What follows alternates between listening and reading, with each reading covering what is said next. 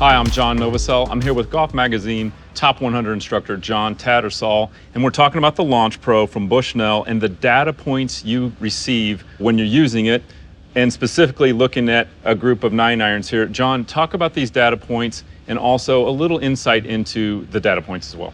So you hit a 9-iron. So I'm looking at ball speed. That just gives me an indication of how solidly did you hit the ball. So the ball speed is one of the main, determines how far the ball will go.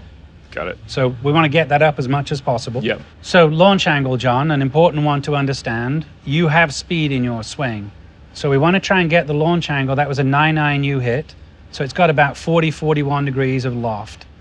Ideally, I want that launch angle to be half of the loft that you have on the club. Pretty good rule of thumb.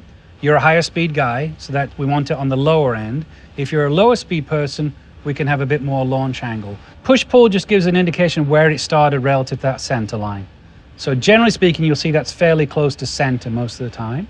And then carry distance, obviously, we need to know that to see when you're on the golf course, how far you hit an average 9-iron.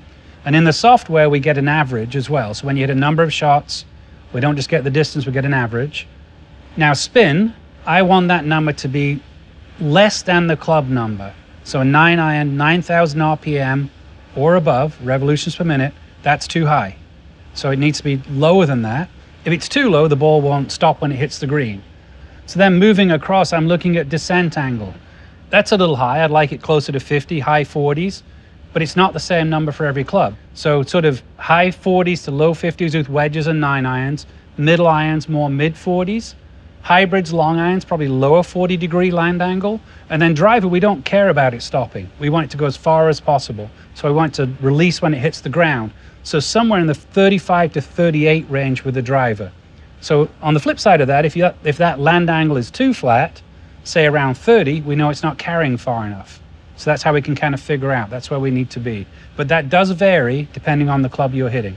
And that's incredible intel, if you will, yes, to understand for your own game. And we talk a lot about elite golfers using launch monitors, but every golfer can benefit from the Launch Pro by understanding these ball data points, yep, how they relate back, and how you can improve them with practice. Yes, but quality practice, that's what I love about this. So I'm not just looking at the one good shot I hit.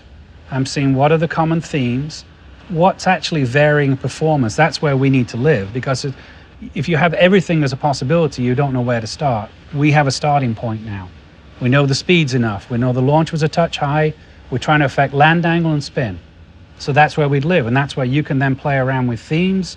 I can try and give you some information as a coach and try and affect that outcome. But I'm not guessing.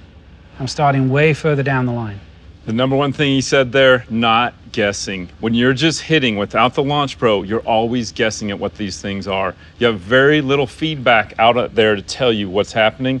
This gives me the absolute accurate data so I know what I'm doing and can improve my game. It's the Bushnell Launch Pro. You got to try it to help your game, help your flighting your irons, have more fun, and score better. Score better.